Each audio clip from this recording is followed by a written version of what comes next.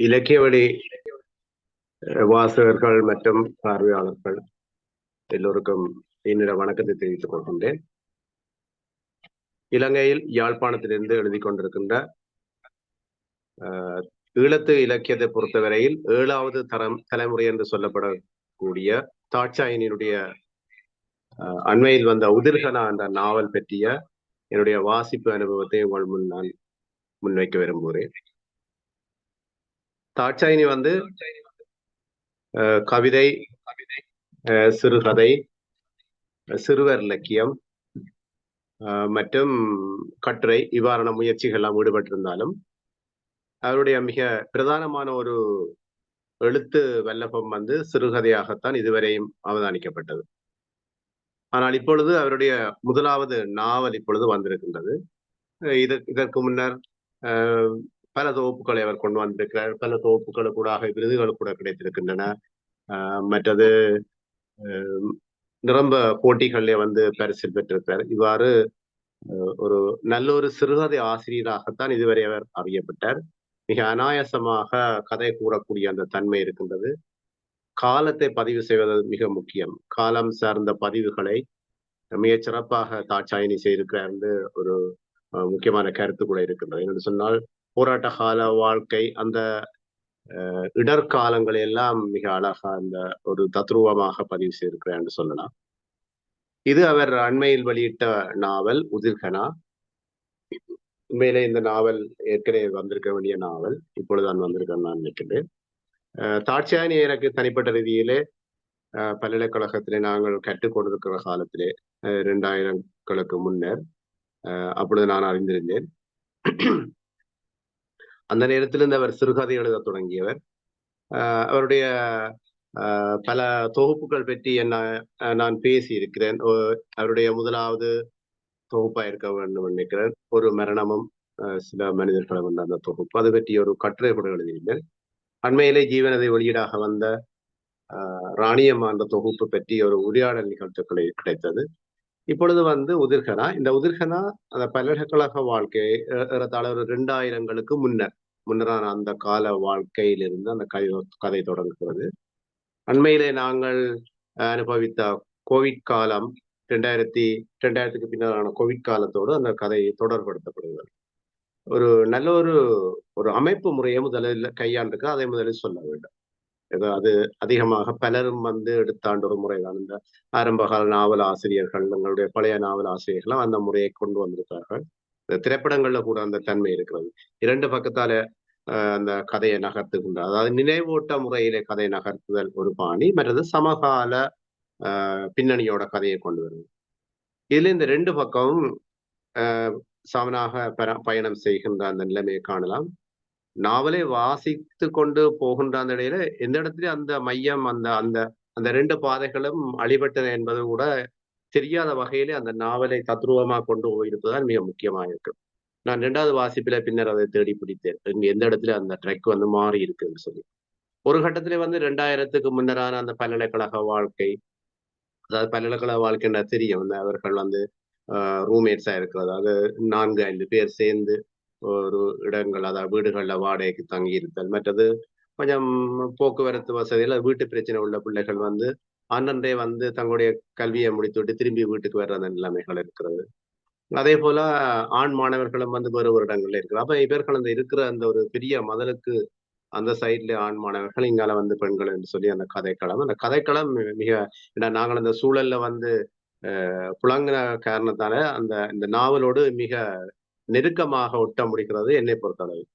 ஏனென்றால் எனக்கு முன்பின்னாக, அதாவது எனக்கு சமகாலத்தில் அவர் கற்றுக்கொண்டிருந்தவர்கள், நான் அப்பொழுது தமிழ்துறை வெளியிட்ட ஒரு மயசின், அதாவது இப்பொழுது பல்கலைக்கழகம் 50வது பொன்விழாவை கொண்டாடுகின்ற இந்த நேரம், அப்பொழுது ஜூப்ளி இயர் 25வது வெள்ளி விழா கொண்டாட்ட காலத்திலே நாங்கள் ஒரு மிகப்பெரிய போட்டி, உங்களுக்கு எல்லாம் தெரிந்த ஒரு படைப்பாளி செங்கியாளியன் அவருடைய அந்த முயற்சியிலே இந்த வெள்ளி விழா காலத்துல ஒரு போட்டி வைக்கணும்னு சொல்லி அந்த போட்டியிலே ஒரு நிரம்ப கதைகள் எல்லாம் சேகரிக்கப்பட்டு அந்த கதையிலே இருந்து முதலாவது பரிசை பெற்றவர் தான் தாட்சாயினி. எனக்கு நல்ல நினைவிலே இருக்கிறது. இவ்வளவு கனடாவில் இருக்கக்கூடிய நாவலர் சுப்பிரமணிய ஐயாவும் அந்த நடுவர்கள் ஒருவராக 100க்கும் மேற்பட்ட கதைகளை தெரிவு செய்து அதிலிருந்து அப்பொழுது இருந்தே தாட்சாயினியை நாங்கள் நன்கு அறிவோம். ஆக அவருடைய அந்த அந்த எழுத்து வல்லமை என்பது காலத்தை சரியாக பதிவு செய்தல். அதுல மிக முக்கியமாக சரியான கவனமாயிருப்பார். மிக நெருக்கடியான காலகட்டத்திலே மிக முக்கியமான கதைகளை எல்லாம் எழுதியிருக்கிறார். அவைகளை எல்லாம் இப்பொழுது கதைப்பதற்கு நேரம் இல்லாவிட்டாலும், இப்பொழுது நாங்கள் நாவலுக்கு செல்லலாம். இந்த நாவல் உதிர்கனா. கனவு என்பது எங்களுக்கு தெரியும். அந்த கனவு நனவாகுவது என்பதுதான் நனவாக வேண்டும் என்பது நல்ல கனவுகள் நனவாக வேண்டும் என்பது எல்லோருடைய ஒரு எதிர்பார்ப்பா இருக்கும். ஆனா அந்த கனவுகள் உதிர்ந்து போனால் உதிர்ந்து போனவைதான். ஆனால் அந்த கனவுகள் உதிர்ந்து போகாமல் நல்ல எண்ணங்கள், நல்ல லட்சியங்கள் நிறைவேற வேண்டும் என்பதற்காக இங்கே இந்த பாத்திரங்களை மிக அனாயாசமாக தாட்சாயினி கொண்டு வந்திருக்கிறார். நாங்கள் பெரிய அளவிலே எப்பொழுது ஒரு மிக ஒரு அந்த பாத்திரத்தை ஒரு மெகா நாவல் போல வளர்த்து செல்வதற்கோ அப்படியான அந்த நிலைமை. இப்ப நான் இதை வாசிக்கின்ற போது திடீரென எனக்கு தேவகாந்தன் தான் நினைவில் வந்தேன். தேவானுடைய கனவு சிறையிலே ஒரு நல்ல ஒரு பாத்திரத்தை கொண்டு வருவார். ராஜி என்ற ஒரு பாத்திரத்தை தேவானந்தன் படைத்திருக்கார். எனக்கு இப்பொழுது எங்கே நாங்கள் பேச போனாலும் எனக்கு அந்த பாத்திர வரவை பற்றி கதைக்கின்ற போது கனவுச்சிற நாவலுடைய ராஜி என்ற பாத்திரம் தான் கண்ணுக்கு முன்னே வரும். ராஜியை போல படைச்சால் ராஜியை போல அப்படி ஒரு பாத்திரத்தை படைக்க வேண்டும். இங்கே இருக்கின்ற நண்பர்களுக்கு தெரியும். அப்படி நீங்கள் ஒவ்வொரு தரம் ஒவ்வொரு படைப்புகளை சொல்வீங்க. நீங்க ஜெயகாந்தன்ல இருந்து அல்லது புதுமைப்பித்தன்ல இருந்து அப்படி ஒவ்வொருத்தருடைய அந்த பாத்திர படைப்புகளை பற்றி நாங்க சொல்லலாம். இவ்வாறாக இந்த நாவல்ல ஒரு நல்ல ஒரு பாத்திரத்தை இங்க கொண்டு வந்திருப்பார். அது கதையின் தொடக்கத்திலிருந்து முடிவு வரையும் எங்களோட தொடர்ந்து வந்திருக்கும். பூரணி என்ற ஒரு பாத்திரத்தை உண்மையில நான் தேவகாந்தனுடைய அந்த ராஜியை நினைக்கின்ற போது ராஜியை போல ஒரு வலுவான பாத்திரத்தை ஒரு பெரிய நாவல்ல கொண்டு வர வேணும் அப்படி ஒரு எண்ணம் இருக்கு. ஆனா அந்த பூரணி எடுத்துக்கொண்ட கதைக்கு ஏற்ற வகையிலே ஒரு தன்னளவிலே முழுமையாகத்தான் இங்கே இந்த பாத்திரம் படைக்கப்பட்டிருக்கிறது. ஒரு அருமையான ஒரு அணிந்துரையை இந்த நாவலுக்கு மூத்த எழுத்தாளர் கோகிலா மகேந்திரன் அவர்கள் எழுதியிருப்பார். அவர் அந்த இடத்துல சொல்லியிருப்பார், ஒரு பல்கலைக்கழக வாழ்க்கை, அந்த களம், அதை சுற்றி ஒரு காதலை மையமாக கொண்டு இந்த கதை அமைக்கப்பட்டாலும் பூரணி என்ற அந்த பாத்திரத்தினுடைய அந்த பண்பை ஒரு ஒரு சின்ன இடத்துக்குள்ள நாங்கள் அறிஞ்சு கொள்ளலாம் என்று சொல்லி ஒரு இடத்துல எழுதியிருப்பேன். எனக்கும் அதுல உடன்பாடு இருந்தது. என்னென்னு சொன்னால் இவ்வாறாக தாட்சாயினுடைய அந்த இதை நான் சொல்வதற்கு காரணம் என்னென்னு சொன்னால் தாட்சாயினி எழுதக்கூடிய சிறுகதைகள் எல்லாவற்றிலும் அந்த பாத்திர பண்பு மிக தூக்கலாக எந்த பாத்திரம் அங்க முதன்மை பெற வேண்டுமோ அந்த பாத்திரத்தை அப்பட்டமாக நல்ல அழகாக சித்தரிக்கக்கூடிய தன்மை அவர்கிட்ட இருக்கிறது. அது மிக முக்கியமான ஒரு பண்பு. அந்த பண்பு இந்த உதிர்கனாவுடைய பிரதான பாத்திரமாக இருக்கிறது. நாங்கள் இந்த கதையை ஒரு ஒரு சில 4-5 வார்த்தைகளுக்கு சொல்லுவாங்க இருந்தால் அடிப்படையில் ஒரு காதல் சார்ந்த உணர்வுகளை கதைக்கிறவா கொண்டதான் இதன் அடிப்படையான கதைக்கிற காதல் சார்ந்த ஒரு உணர்வு எவ்வாறு இங்க நாவல்ல கதைக்கிறவா எடுத்துக்கொள்ளப்பட்டிருக்காங்க. அதே நேரத்துல அந்த காதல் உணர்வுகள் சொல்லுவார்கள், இந்த பச்சை மண்ணும் சுட்ட மண்ணும் ஒட்டாதுன்னு சொல்லி. உடைவு, அதாவது ஒரு நம்பிக்கைக்கு ஒரு நம்பிக்கை நிராகரிக்கப்படுகின்ற போது அதாவது ஒருவர் மீது வைத்திருக்கக்கூடிய முழுமையான அந்த நம்பிக்கையை அந்த அந்த வைத்திருக்கக்கூடியவரை உதாசீனப்படுத்துகின்ற போது அது தூக்கி எறிஞ்சதுதான். அது சுட்டமன் தான். திருப்பி அது இல்லை அதுல பிரச்சனை இல்லை, தனிமை கேட்டதை போல கொஞ்சம் பிழை இருந்தால் இந்த பாட்டுல பிழை இருந்தா கொஞ்சம் குறைச்சி நீங்களை தான் கொண்டு கேட்ட மாதிரி அப்படியெல்லாம் கேட்க முடியாது. அது பிழையண்டா பிழைதான். அது உன்னுடைய நீ அந்த அந்த நம்பிக்கைக்கு நீ பாத்திரமானவனாக இல்லை, இந்த நம்பிக்கையை நீ நிராகரிச்சிட்டு என்று சொன்னால் அது நிராகரிச்சதான். பிறகு அந்த நிராகரிப்புக்கு பின்னால இல்ல இவர்ல பிழை இல்லை, அது வேறு ஒரு சந்தர்ப்பத்துல வந்த பிழை, நீங்கள் இதை கொஞ்சம் மன்னிச்சு கொள்ளுங்கன்னு கேட்டால் அதுக்கு இங்க இடம் இல்லை. தாட்சாயிட்ட அந்த அந்த அந்த வார்த்தைக்கு இங்க இடம் இல்லை. அது பிழை என்பது பிழைதான். ஒரு வகையிலே ஒரு சமூக சூழலை அறிந்து இப்படியான நாவல்கள் சிலருடைய கைகளிலே வந்தால் எப்படி மாறும் என்பதற்கும் எங்களிடம் நம்ம உதாரணங்கள் இருக்குங்க. இதை இன்னும் கொஞ்சம் ஆழமாக ஒரு கலைத்துவமாக கொண்டு போக சில படைப்பாளிகளால முடியும். சில படைப்பாளிகள் கையில கொடுத்தால் அது குரங்கின்ற கையில பூமால மாதிரி ஒரு ஒரு ஒரு விதமான மற்றவர்களுடைய சீண்டலுக்கு ஏற்றது போல முகஞ்சுளிக்கக்கூடிய வகையில அந்த கதைகளை அமைத்து விடுவார். ஒரு மூன்றாந்திரமான கதையாக மாறக்கூடிய அந்த தன்மையும் கூட இருக்கு. அது சொல்லுவார்கள், நல்ல தெரிந்த உதாரணம் கத்தியில் நடப்பது போல. அவ்வாறு மிக கவனமாக அந்த கதைக்களத்தையும் அந்த கதாபாத்திரங்களையும் அந்த பாத்திரங்களுக்கு ஊடாக நகரக்கூடிய கதைகளையும் கூட கொண்டு வரக்கூடிய ஒரு அம்சம் தான் இங்க மிக முக்கியமானது. என்னென்னு சொன்னால் அங்க வந்து ஒரு நண்பர்கள் 5 பேர் வந்து நண்பர்களாக இருக்கிறார்கள் பல்கலைக்கழகத்துல. பூரணி, மதியுகன், நந்தனா, ரிஷிகேசன், மேரி இவர்கள் எல்லாம் ஒரு ஒரு சம வகுப்புக்காரர். இதுல வந்து இந்த பூரணியும் மேரியும் நந்தனாவும் வந்து பெண் பிள்ளைகள், மதியுகனும் ரிஷிகேசனும் ஆம்பளை பிள்ளைகள். தொடக்கத்திலே அவர்கள் வந்து முகம் தெரியாமல் முதலுக்குள்ள கதைச்சு கொண்டு பிறகு அவர் தங்களுடைய வகுப்பு தோழர்களான்னு தெரிந்த பிறகு வகுப்பறையில பிறகு கேண்டீன்ல கதைச்சு வச்சு ஒரு கட்டத்துல ஒரு 5 ஸ்டார் என்று சொல்லக்கூடிய அளவுக்கு அந்த பல்கலைக்கழக மட்டத்திலே இவர்கள் வந்து ஒரு இணை பிரியாத நண்பர்களா இருக்கிறார்கள் என்று அவ்வளவுத்துக்கு வந்தேன். ஏன்டா இந்த ஸ்டோன் பெஞ்சில இருந்து கதைக்கிறது, தங்களுக்கு குரூப் ஸ்டடி செய்கிறது, எக்ஸாம் ரிசல்ட்ஸ் வரைக்கும் கூட 5 பேருமே நல்ல ரிசல்ட்ஸ் தான் எடுக்கிறாங்க. அப்ப மற்றவே அதிசயப்படுறாங்க. அட இவங்க சும்மா இருந்து அலட்டி கொண்டிருக்கான்னு பார்த்தா நீங்க எல்லாம் படிப்பிலையும் கவனமா தான் இருந்திருக்கு. இப்படித்தான் அந்த அந்த நண்பருடைய வாழ்க்கை போய் கொண்டிருக்கு. அதுல ஒரு கட்டத்துல பூமணி என்ன செய்யறான்னு சொன்னா மதியுகன்ல இனம் தெரியாம ஒரு ஈர்ப்பு வருது, ஒரு காதல் வருது. அவள் தன்னை மனசுக்கு நினைச்சு கொண்டிருக்கிறாள். ஆனா அதே இடத்துல ஒரு கட்டத்துல அதை சொல்றதுக்கு ஒரு வாய்ப்பு வந்த இடத்துல மதியுகன் கிட்ட அதை சொல்றாள். அந்த இடத்துல மதியுகன் என்ன செய்யறான்னு சொன்னால் அவன் தனக்கு இன்னொரு ஆள்ல தனக்கு ஈர்ப்பு இருக்குன்னு சொல்லி யாருன்னு சொல்லேன். ஆனா இந்த குரூப்ல உள்ள இன்னொரு ஆள்ல அவனுக்கு விருப்பம் இருந்திருக்குன்னு அறியப்படுது பிற்காலத்துல பின்னர் கதை போக்குல. அதுல நந்தனா இருப்பாள். நந்தனாவுக்கு தெரியும் ரூமில பூரணி இருக்கிறாள், பூரணி வந்து மதியுகனை லவ் பண்ணி இருக்கிறாள், விரும்பி இருக்கிறான்னு தெரிஞ்சு கொண்டு கூட அதுக்கு இடையூறாக அதுக்கு பல காரணங்கள் பின்னுக்கு சொல்லப்படுது. ஒரு வகையில ஒரு பொறாமை, எரிச்சல் அப்படியான தன்மை அதுக்கு நந்தனாவுடைய குடும்ப பின்புலம் கூட சொல்லப்படுது. என்று சொன்னா எங்களுடைய பிரதேசத்தை பொறுத்தவரை யுத்தம் இவ்வாறான அவலங்கள் அதுக்களால வந்து பாதிக்கப்பட்ட நிலைமையில குடும்பங்கள் வந்து சிதைஞ்சு போயிருக்க மனம் வந்து ஒரு வகையில ஒரு விரக்தி நிலையில இருக்கு. சில நேரங்கள்ல வந்து பலருடைய செயற்பாடுகளை ஏற்றுக்கொள்ள முடியாம இருக்கும். அவர்களுக்கு எதிராக நிற்கணும், எதிர்பக்கத்துல நிக்க வேண்டும் என்ற ஒரு எண்ணம் வந்து வரும். அப்படியான ஒரு எண்ணத்துல நந்தனா மதியுகனை விரும்பி இருக்கிறான். அப்ப மதியுகனை இவளுக்கு சொல்றான் பூரணி, இப்படி நான் இன்னொரு பெண்ணை விரும்பி இருக்கிறேன், ஆகவே உங்களோட காதலை ஏற்றுக்கொள்ள முடியாதுன்னு சொல்லி. அப்ப 2 பேருக்குடைய உரையாடல் நடக்குது. ஒரு கட்டத்துல சொல்றான் மதியுகன், நீங்கள் உங்களோட மனசைத்தான் எனக்கு தந்திருக்கிறீங்க, ஆனா நான் விரும்புற அந்த பெண்ணும் அவள் எல்லாத்தையுமே எனக்கு தந்துட்டான்னு சொல்லி.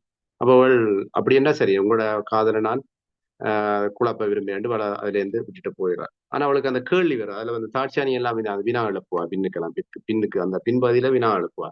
ஏன் அப்படித்தான் ஒரு காதல் இருக்க வேணுமா? எவ்வளவு தூரத்துக்கு அப்படி போய்த்தான் ஒரு காதலை வந்து தெரியப்படுத்த வேணுமா?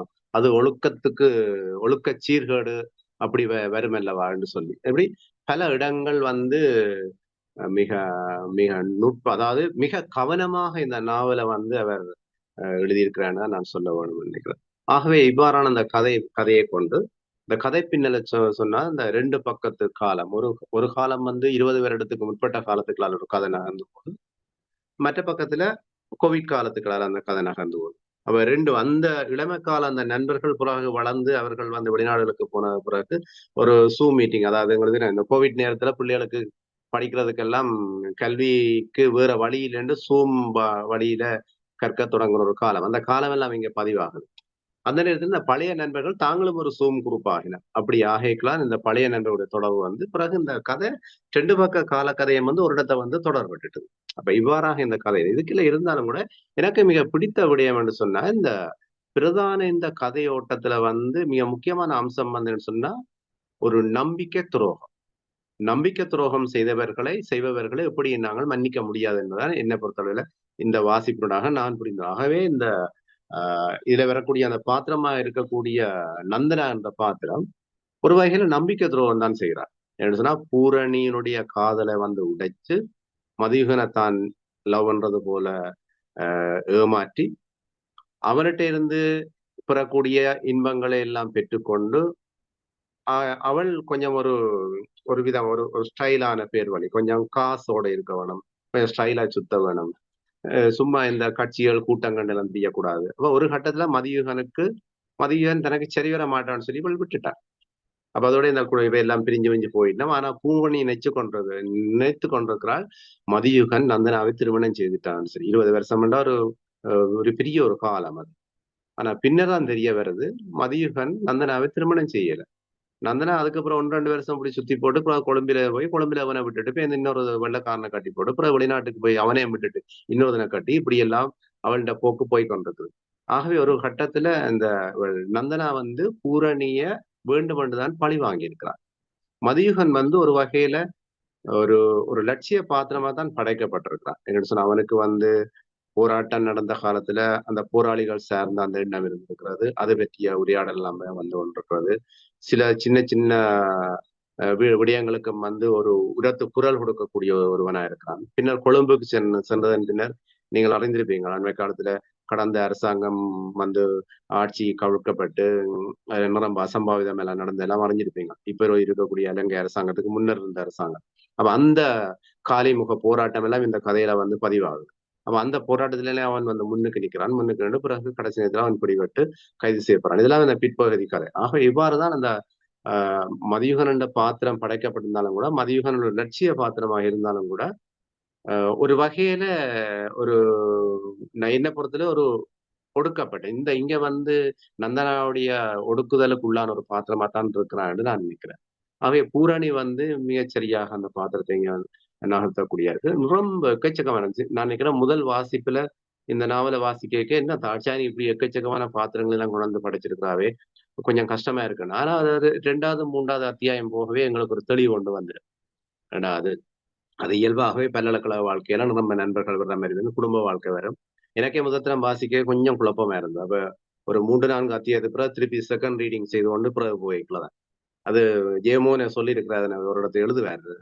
எங்களுக்கு உண்மையில வாசிப்பு அறம். ஒரு ஒரு ஒரு படைப்பை நாங்கள் ஒரு நாவல் ஒரு புனைவை நாங்கள் வாசிக்கும் போது முதல் தரமே அதை முழுமையாக மூச்சு விடாம வாசிக்க முடிச்சிட்டோம் என்று சொன்னால் அது எங்களை ஏதோ சிந்திக்க அதாவது கொஞ்சம் அதை நிறுத்தி வாசிக்கலாம் எங்களையும் அது வந்து அதுல பங்காளியாகும். அல்லது சுவாரஸ்யமா இருக்குன்றது பார்க்க முதல் பக்கத்துல இருந்து 200ஆம் பக்கம் வரையும் ஒரே மூச்சுல படிச்சுட்டு போற படைப்புகள் மிக உயர்ந்த படைப்புகள் என்ற கருத்து அப்படி இல்லை. அதுக்கு ஒரு மாற்றான கருத்தும் இருக்குது. சில இடங்கள்ல வாசிப்பு அறம் என்று சொல்லப்படும். சுந்தரராமசன சில குறிப்புகளை வாசிக்க 2-3 தடவை அதை விட்டு விட்டு வாசிக்க வேண்டி வந்தது. ஏன்னா அவ்வளவுக்கு வாசிப்பு அறந்திருக்கு. தாயை வாசிக்க சில பேர் அரைவாசியை வாசிச்சுட்டு பிறகு விட்டுட்டு திருப்பி வாசிச்சிருக்கிறோம். ஆகவே இந்த படைப்புகள்ல சில இடங்கள்ல ஒரு வாசிப்பு அருகிறது என்பது ஒரு வகையில நான் நினைக்கிறேன் அது நல்லதா தான் இருக்கு. திருப்பி செகண்ட் ரீடிங் செய்யலாம் எங்களுக்கு எங்களையும் வந்து அதுல ஈடுபடுத்தக்கூடியதா இருக்கு. அந்த வகையில இந்த நாவலுடைய பாத்திர வார்ப்புகள் அமைந்திருக்குது. அதுல பூரணிய மிக அற்புதமான ஒரு பாத்திரமா படைச்சிருக்காரு. பூரணி வந்து ஒரு ஆசிரியர் பணியில இருக்கிறா. அவள் யுகன் மீது காதல் கொண்டுதான் அந்த காதல் நிறைவேறவில்லை என்றதுக்காக ஒரு கனியை தட்டி பறிக்கிற மாதிரியான அந்த செயற்பாடு இல்லை. அப்படியே அவள் அதுக்குரிய மாதிரி ஒரு ஒரு லட்சிய வகையில அத பேசிட்டு அவள் அங்க அடுத்த கட்டத்தை நோக்கி அவள் நகர்றாள். அப்படியான ஒரு நிலைமை இங்க இருக்குது. அதுல சொல்லப்படுது தாட்சாயின்ற வார்த்தைகள்ல வருது காதல் எப்படி மனிதர்களை தேர்வு செய்கிறது என்பது மட்டும் அவளுக்கு புரியவில்லை. இருவருக்கும் ஒரே நேரத்தில் ஏற்படும் காதல் என்பது எதை கொண்டு நிர்ணயம் செய்யப்படுகிறது? அதற்கு புத்திசாலித்தனம் தேவையா? ஓநாயின் தந்திரம் தேவைப்படுமா? இரையைக்காவும் புலி போல காதலுக்கும் இவ்வாறெல்லாம் வியூகங்கள் வகுக்கத்தான் வேணுமா? வகுக்கத்தான் வேண்டுமா? இப்படியெல்லாம் வகுக்க வேண்டிய அவசியம் இல்லை. அது இயல்பாக இருக்க வேணும் என்று சொன்னா அது அவள் இல்ல அங்க அவள் செய்தது தன்னுடைய தோழி செய்தது தனக்கு துரோகம்தான். அதால அவனை தனியா விட்டுட்டால் இனி ஆகவே அவன்ல பிழை இல்லை. திரும்ப நான் அவனை ஏற்றுக்கொள்ள அந்த மனநிலை அங்க பூரணிட்டே இல்லை. அது அறந்தான். நான் ஏற்கனவே சொன்னது போல அது சுட்டமன் தான். திருப்பி அதை ஒட்டுறதுக்கு வாய்ப்பு இல்லை. அவனும் வந்து இவளை மறுத்துட்டான். அதே போல இந்த பாத்திர வார்ப்புகள் அந்த பார்த்த வார்ப்புல தாட்சாயுடைய அந்த வார்த்தைகள் இப்படித்தான் இருக்கு. அதாவது மதியுகனை பற்றி சொல்லிக்க கூட மதியுகனோட நேரடியா கதைக்கிறாள் அவள். இந்த விஷயத்த தெளிவுபடுத்துற ஒரு கட்டத்துல ஏன்னு சொன்னா அதுக்கு நாவலுக்கு ஓட்டத்துக்கு ஏற்ற மாதிரி அங்க அந்த அவன் கதையை நகர்த்தி கொண்டு வர வெளிநாட்டுல இருக்கிறவர்கள் இவ்வளவு திருப்பி எப்படி சந்திப்பார்கள் என்பதற்கு அதுக்குரிய மாதிரி அந்த பாத்திரங்களை வந்து கதையை வந்து கதை பின்னலை வந்து நகர்த்துறா அந்த தாட்சாயணி எப்படின்னு சொன்னா அந்த நண்பர்கள் தங்களோட குரூப் மீட்டிங்க்கு பிறகு அந்த நண்பர்கள்ல ஒருத்தர் வந்து தன்னுடைய மகளுக்கு வந்து சாமந்திய சடங்கு செய்ய போறோம் நாங்கள் பழையாக்கள் நம்ம வந்து ஒன்று சேரணும் இது வந்து இது நடக்கிறது இது நடக்கக்கூடிய சாத்தியம் எல்லாம் இன்றைக்கு இருக்குதானே அதனால அதை நாங்கள் ஓரளவு ஏற்றுக்கொள்ளக்கூடிய இருக்குது ஆகவே அவர்கள் வந்து மீள ஒன்றாக இணையக்க வந்து தங்கள் ஒவ்வொருடைய தற்போதைய நிலைமைகளை வந்து அறிஞ்சு கொள்கிறார் அப்ப அந்த இடத்துல வந்து மதியுகன் வந்து கொழும்பில திரும்பி வரைக்க பூரணி அவரோட உரையாடக்கூடிய அந்த வாய்ப்புகள் வருது. மேரி என்ற ஒரு நல்ல பாத்திரத்தை தாட்சாயணி படைச்சிருப்பார். அது பிரதான பாத்திரத்துக்கு அந்த கதையை நகர்த்துறதுக்கு மிக முக்கியமான ஒரு பாத்திரமா இருக்கு. மேரி கூடாகத்தான் நிரம்ப அந்த எல்லோருடைய மன உணர்வுகளும் வந்து வெளிப்படக்கூடிய மாதிரி எல்லாம் அங்க வந்து அமைஞ்சிருக்கும். அதை விட இல்ல நான் சொல்ல வந்த விஷயம் இன்னொன்று சொல்லியிருப்பேன் தொடக்கத்துல உங்களுக்கு. இந்த பிரதான கதையோட வந்து கிளைக்கதைகள் கொஞ்சம் வந்திருக்குது. அந்த கிளைக்கதைகள் எனக்கு வந்து மிக முக்கியமா இருக்குது. அது கிளைக்கதை என்று சொல்வது நாங்கள் இல்ல புராணங்கள்ல வர்ற மாதிரி அப்படியான கிளைக்கதை என்று சொல்லாவிட்டாலும், அந்த ஒவ்வொரு அத்தியாயத்துடைய அந்த கதை பின்னலுக்கு ஏற்றாற் போல சமகாலத்தை பதிவு செய்தல். நான் நினைக்கிறேன் அதுதான் இங்கே வாக்கு முக்கியமா இருந்திருக்கு. தாட்சாயணி நான் நினைச்சிருக்கேன்னு சொன்னால், இந்த சமகாலத்தை தான் பதிவு செய்ய வேணும்.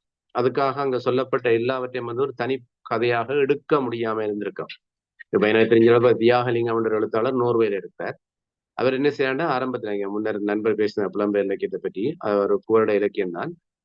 அந்த ரேசிசம் பாசிசம் என்று இன்னைக்கு சொல்லப்படக்கூடிய அந்த இதுல வந்து இந்த நிறவாதம் சார்ந்த ஒரு விடயத்தை எடுத்து வைத்துக் கொண்டு ஒரு நாவல் எழுதுவேன்.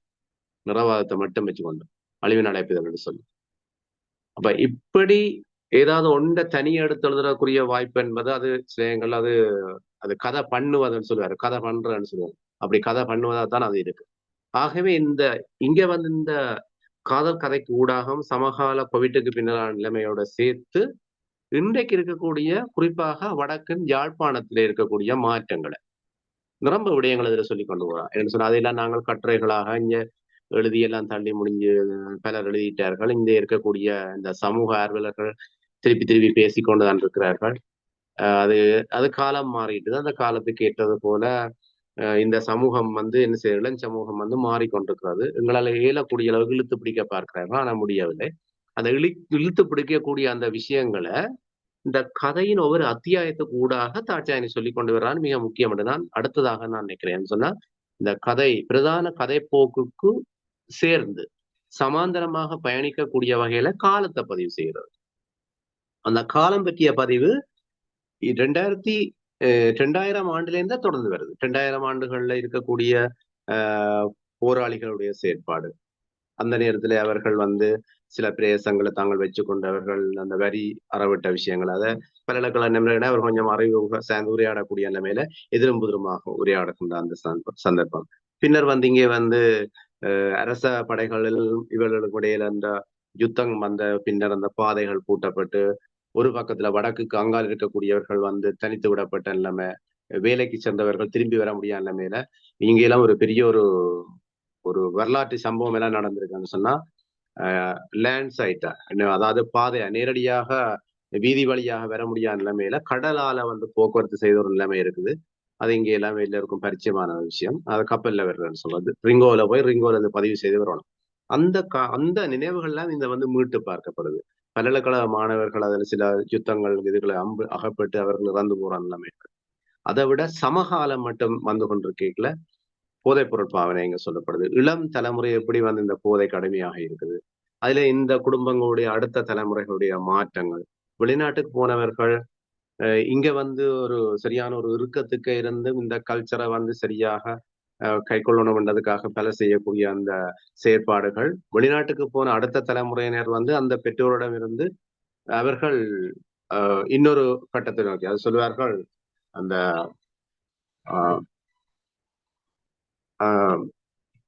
அதாவது பண்பாட்டு மோதல்கள் அல்லது பண்பாட்டு சிதைவுகள் இவ்வாறான சம்பவங்கள் இவ்வாறான அந்த செயற்பாடுகளை இங்க மற்ற பாத்திரங்கள் கூட சொல்றது. அதை விட இந்த இளம கவர்ச்சியால வந்து திசை மாற்றம், இளம் பிள்ளைகள் வந்து எதிர்பார்க்க கவர்ச்சியால வந்து திசை மாறுறது, அதுக்கு போதையை சிலர் பயன்படுத்துவது, சிலர் வந்து இன்றைக்கு இருக்கக்கூடிய இணைய வசதிகளை வந்து அதற்கு ஒரு வகையில அவர்களை வந்து ஒரு அச்சுறுத்தலுக்கு பயன்படுத்துறது. இந்த கதை சம்பவங்கள்லாம் அப்படியே கிளையாக சமாந்தரமாக பயணிக்கும். அதெல்லாம் சின்ன சின்ன விஷயமா இருந்தாலும் இந்த கதையில ஒரு நம்பகத்தன்மையையும் எங்களுக்கு வாசிப்புக்கு நாங்க ஒரு சமகால நாவலுக்கு வாசிக்கிறோம் என்ற எண்ணத்தையும் ஏற்படுத்தக்கூடியதா இருக்கு. அதை விட மிக முக்கியமா இன்னொரு விடயத்தை சொல்லியிருக்கார் ராஜாணி, பெற்றோருடைய அக்கறையின்மை.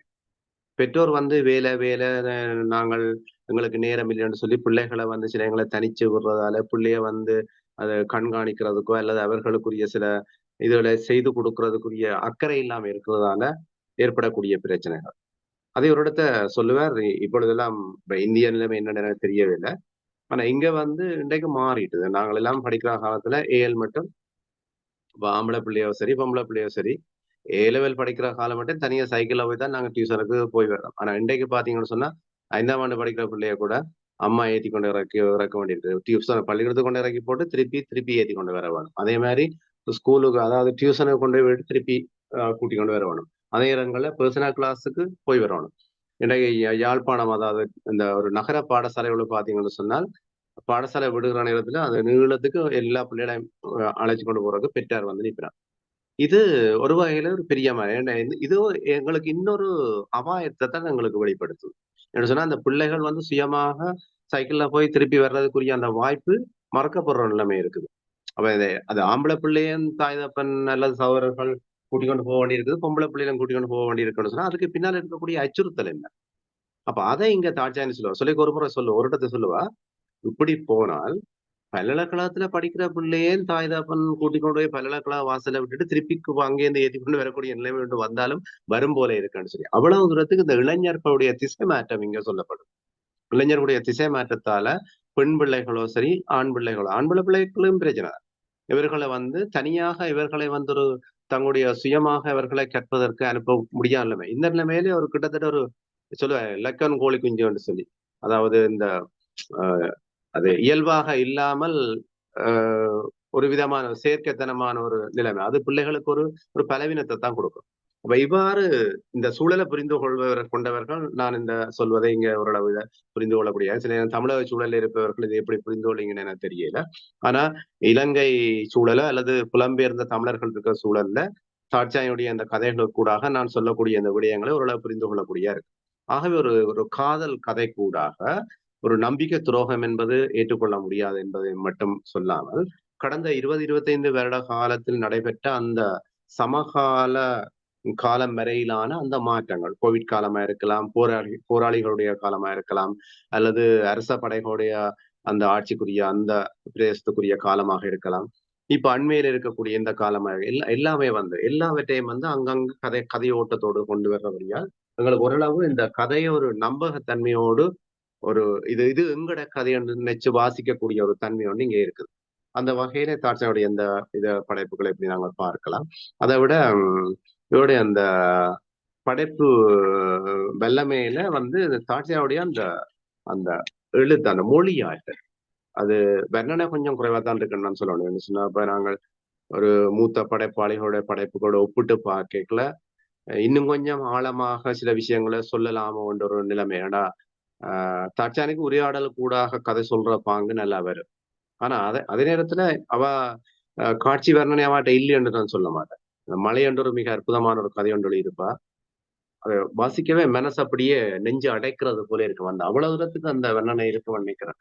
ஒரு ஒரு ஒரு இளம் பிள்ளை வந்து எப்படி வந்து ஒரு அபாயமான சூழல்ல இருக்கேக்க ஒரு பேத்தியாரோட வாழைக்கு அந்த ஒரு மலையோட சேர்த்து அந்த காட்சியை வந்து வர்ணிக்க அது ஒரு அனாயாசமா இருக்கும். அதே நேரத்துல எங்களையும் வந்து அதோட ஈர்க்க வைக்கும். ஆனா இந்த நாவல்ல வந்து இன்னும் கொஞ்சம் கலைத்துவமா உள்ள போயிருக்கலாமோன்ற எண்ணம் எனக்கு வந்திருக்கு. ஏன்னா முதல் நாவல் தானே.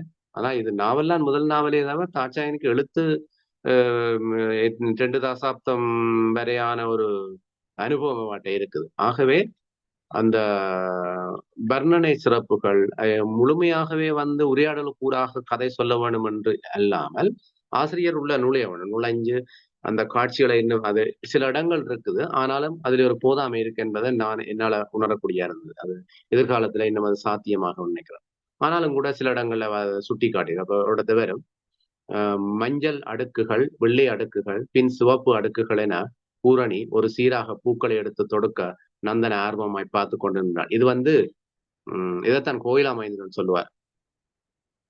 தாட்சாயினியினுடைய அந்த பிரதான பாத்திரத்தின் அந்த லட்சியம் அல்ல அந்த பாத்திரம் ஒரு ஒரு ஒரு உறுதியான பாத்திரம் என்பதை காட்டுறதுக்கு ஒரு சின்ன விஷயம் காணும். என்ன நடக்கண்டா ஒரு மாலை கட்டி கொண்டிருப்பாள். அந்த மாலை கட்டைக்கு அவள் மஞ்சள் பூ, வெள்ளப்பூ, சிவத்த பூவண்டு அப்படியே அடுக்கடுக்கா கட்ட இதை நந்தனா பார்த்து கொண்டு நீ எப்படி அடி இதை கட்டுற உனக்கு எப்படி இதை பழகினா சொல்லுவேன் ஒரு ஆர்வம் இருந்தா யாருமே பழகி கொள்ளலாம் அப்ப நானும் ஒரு கட்டுவான் சொல்லி வாம எடுத்து நந்தனாவும் 2 நேரை எடுத்து அந்த பூவை எப்படி கட்டலாம்னு கட்டி பார்ப்பா சரி வரையில நந்தனாவும் 2 நேர்களை எடுத்து வைத்துக் கொண்டு பூக்களை நேர்களுக்கு இடையில் வைத்து கட்டி பார்த்தாள் எனக்கு இதெல்லாம் சரி வராது நந்தனா கிளம்பி போய்விட்டான் அப்ப இந்த உரையாடல் காட்சி கூடாகவே தாட்சாயணி படைத்திருக்கக்கூடிய அந்த பூரணி என்ற பாத்திரத்தினுடைய அந்த ஒரு ஒரு ஒரு விதமான ஒரு ஒரு உறுதித்தன்மை அவள் எப்படியான பாத்திரமாக இருப்பாள் என்பதை அது எடுத்துக்காட்டுன்னு சொல்லியிருப்பார் அவர்கிட்ட அதை விட தாட்சாயணிக்கு ஒரு இந்த இந்த கதையில வர பிரதான பாத்திரத்திற்கு ஒரு சகோதரன் இருக்கிறான் பிரணவன் பிரணவன் இயக்கத்தில இருந்து பெரிய கிடைச்சப்பட்டு திருப்பி எல்லாம் அதுக்கு விடுதலை ஆகி இனி என்ன தொழில் செய்யறன்னு தெரியாத நிலைமையில இந்த கல்யாணம் விட்டு சாமத்தியை விட்டு கேமரா பிடிக்கிறது எல்லாம் அவனுக்கு அது சரி வரையில அவன் அதை கொஞ்சம் விட வித்தியாசமாக செய்வான் அவன் ஒரு போட்டோகிராஃபரா அல்ல ஒரு ஷோர்ட் பிலிம் எடுக்கிற மாதிரியான ஒரு அந்த வெள்ளமைக்கு சேர்றான் அப்படி வரைக்க பாக்குறான் அது சொல்லப்படும் ஒரு இடத்துல இந்த வீட்டுல ஒவ்வொருவரும் ஒவ்வொரு வகை தலைகளால் கட்டப்பட்டிருக்கிறோம் ஏன்னா அவனுக்கு தோன்றும் அப்போதெல்லாம் அவன் தன் புகைப்பட கருவியை எடுத்துக்கொண்டு கிராம பகுதியை நோக்கி செல்வான் இப்படியான சில இடங்கள் இந்த இடங்கள்ல தாட்சாயணி சில இடங்களை எடுத்து காட்டுவார் சில தன்னால் இதுகள் முடியும் என்று சொல்றது அதை விட அந்த மேரி என்ற ஒரு பாத்திரம் இங்க சொன்னா மேரி என்பது இந்த நாவல்ல பிரதான பாத்திரங்களுக்கு அடுத்ததாக நாங்க சொல்ல வேண்டியன்னு சொன்னா இந்த ஒவ்வொருத்தருடைய அந்த உள்ள கிடக்கையே வெளியில கொண்டு வர்றதுக்குரிய மிக ஒரு நல்ல ஒரு துணை பாத்திரமாக மேரியை கொண்டு வந்திருக்கார் இந்த மேரியை கொண்டு வந்திருக்கிறதால மேரிக்களால ரொம்ப விஷயங்கள் வெளியில வருது அப்ப நான் ஏற்கனவே குறிப்பிடவில்லை நந்தனா பாத்திரத்தை நாங்கள் எப்படி ஒரு மெனப்படமா கொண்டு வரணும் ஒரு சில வார்த்தைகள்லாம் யுகனோட கல்யாணமும் அந்த ஆளை கட்டி சுத்த வேஸ்ட் தொழிற்சங்கம் கட்சி என்று அதுகளோட தெரியறதை விட நான் வேறு யாரையேன்னு பார்க்கலையே என்று கவலைப்படுறேன் இப்ப காசு வேணும் காசு இல்லாமல் ஒரு வாழ்க்கை இருக்கா ஸ்டைலா ட்ரெஸ் பண்ணி நல்ல பெர்ஃபியூம் போட்டு ட்ரிப் போனா வாழ்க்கை காசு இல்லாட்டி வருமா இந்த ஒரு விஷயமே போதும் அந்த நந்தனாண்ட பாத்திரம் இப்படியான பாத்திரம் இவ்வாறாக ஒரு பல்கலைக்கழக